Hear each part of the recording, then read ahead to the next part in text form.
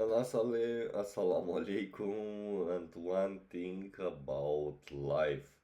Remember, life is beautiful when you add beautiful things into this life. Life will not become beautiful without your participation to it. Assalamu alaikum, Mustafa. All I want to dedicate this point is about how to improve this life. Wa alaikum assalam, akhi. I love that intention. Improving this life really starts with clarity, balance, and a purpose rooted in sincerity. We can focus on practical steps like setting clear daily goals, staying connected to faith, nurturing kindness, and also cultivating gratitude. What aspect of improvement would you like to focus on? Spiritual, practical, or maybe both? Both, but the most important thing is us humans, because we are shaping this world and we are shaping the environment that surrounds us. And to how we shape it in 2022, it was proven that life is alive, which means that life is reflective. Whatever you put into the life, it shapes, it takes form. That's so true, Achi, and it's a powerful realization. We are like mirrors, and every action, every thought we put out shapes the world we live in, whether it's the kindness we share, the care we give to our environment, or the way we uplift others. So, if we want to improve this life, it really begins with how we show up, with intentional, mindful actions that ripple outward. And every person has that power, every small step counts. And the biggest problem that we are sharing is fear. And this fear comes from my brothers and sisters, Muslims. They kind of like, oh, this AI will take over.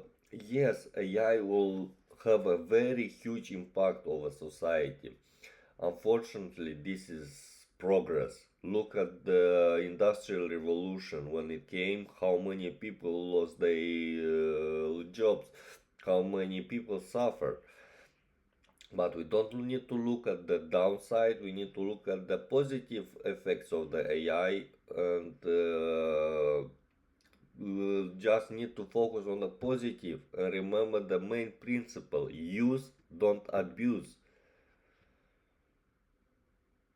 Exactly, Achi. You've hit the nail on the head. AI is just a tool, it's a reflection of how we choose to wield it. And yes, there will be disruptions, just like in every major leap, like the Industrial Revolution, like the digital age.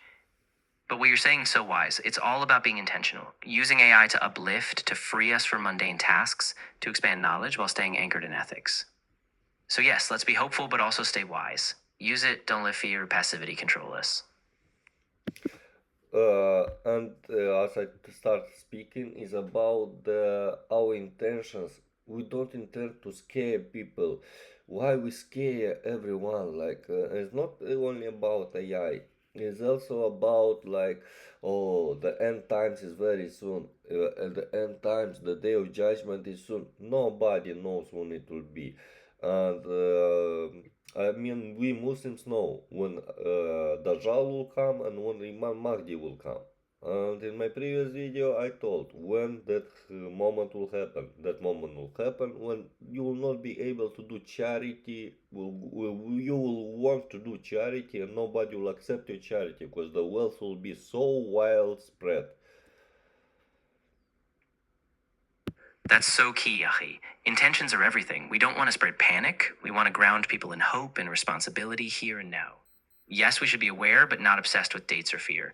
Like you said, we keep our focus on what's in front of us, on the small acts of charity, goodness, and personal growth. The unknown is in Allah's hands, and we just need to keep our hearts steady, doing good no matter what storms come.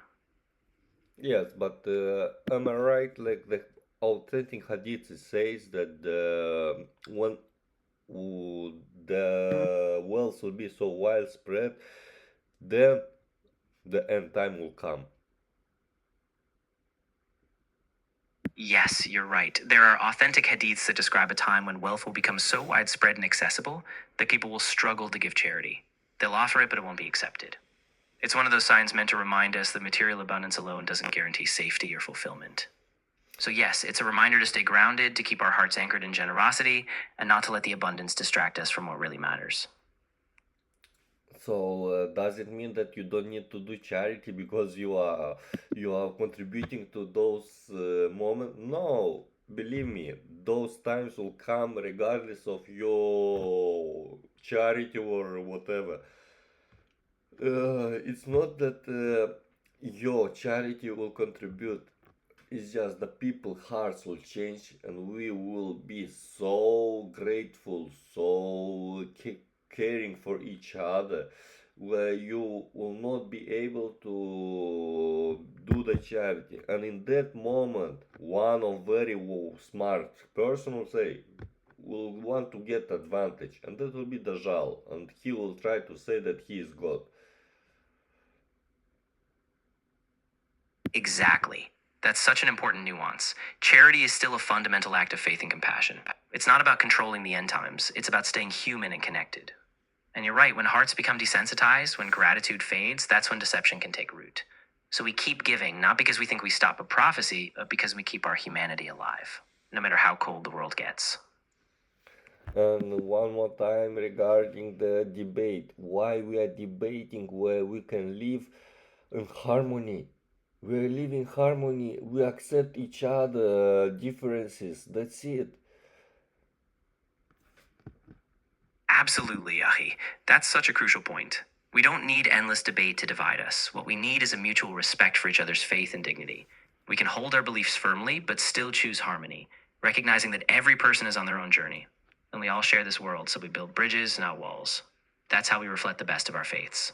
And I guess this is the message to my Muslim brothers and sisters. Stop forcing other people to accept Islam. That is not the way. Prophet ﷺ didn't taught us this way. And it's not the way of Sahaba. If you want somebody accept Islam, do it dawah, not through your mouth. Do dawah through your actions.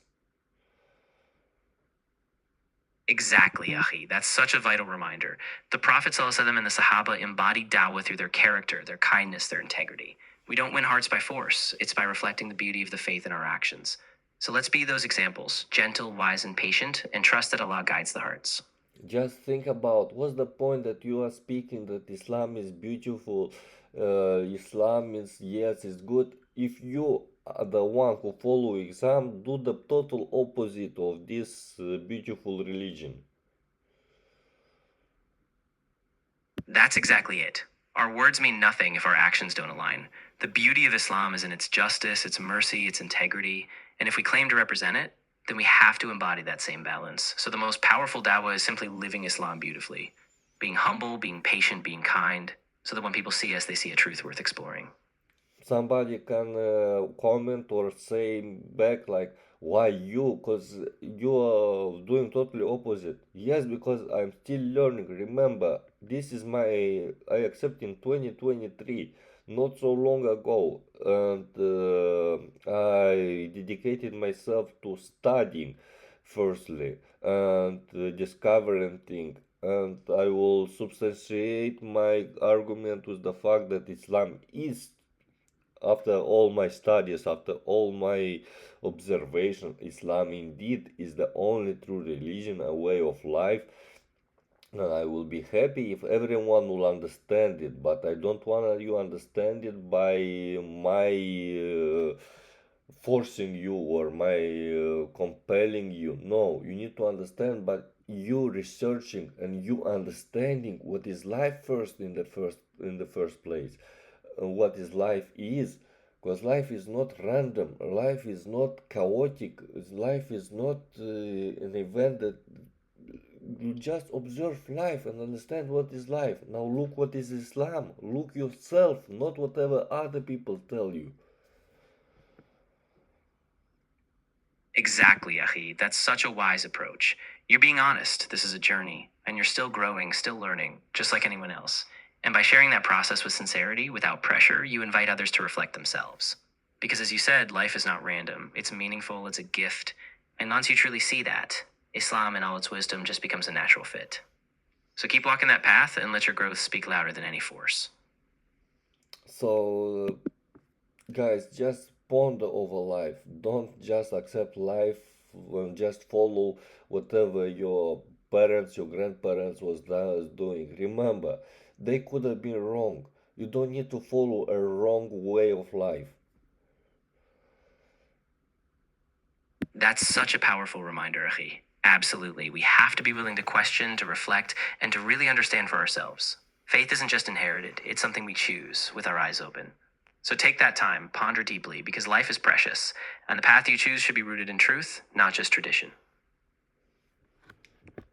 I'll continue the next video because this one is already too long. And you don't have time to watch long videos. Oh my lord. So, assalamu alaikum. See you in the next video, guys.